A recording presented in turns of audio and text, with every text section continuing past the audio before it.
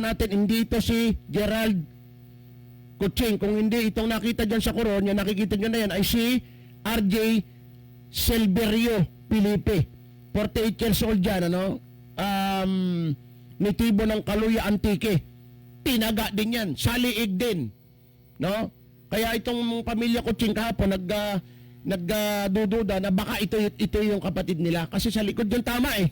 Yung si Gerald Kuching, pinalakol ng uncle niya sa likod din sa may batok. Ito naman iba to. Ayoko mo ng may advice sila Captain Herrera dito ni Captain Herrera na wag mo na kasi masyadong talakay kasi may lead sila dito eh. Ito yung sa Coron, mga kaibigan. Okay, Doy.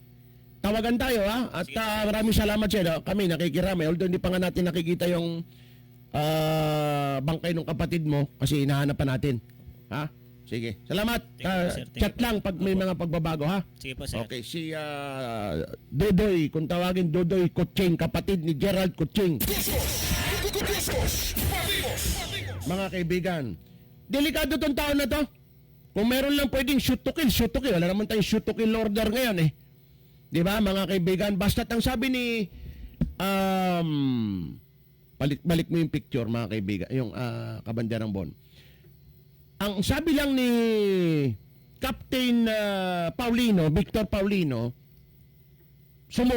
sumurrender. Pero itong ginawa niya, mga kaibigan, saksakin mo yung sarili mong pamangkin, nakita mong nakatumba na, patay na, palakulin mo pa sa likod, abay ba naisip nito? Kung meron lang, pwede lang mag-declare na shoot to kill to eh. Diba? Armed and dangerous tong taong Alfredo Kuching. Oh, mga kaibigan. So, ikaw naman Alfredo, kung gusto mo pang tumagal-tagal pa sa mundo rin siguro, edi mas maganda surrender. Wala na, nakita eh. Mismong kapatid mo ang titistigo laban sa'yo at yung asawa niya. Kitang-kita nila kung paano mo saksakin at palakulin hanggang mapatay mo yung sarili mong pamangkin. Alfredo Gaharion Kuching. 24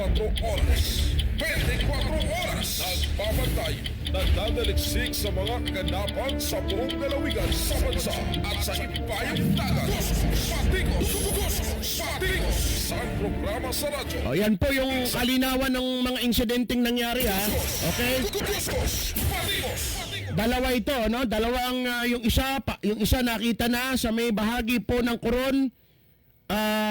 Binanggit ko kanina yung pangalan RJ Silverio Felipe. Ito yung nakita. Mayroon ding hiwa din yung liig. May hiwa rin sa dibdib.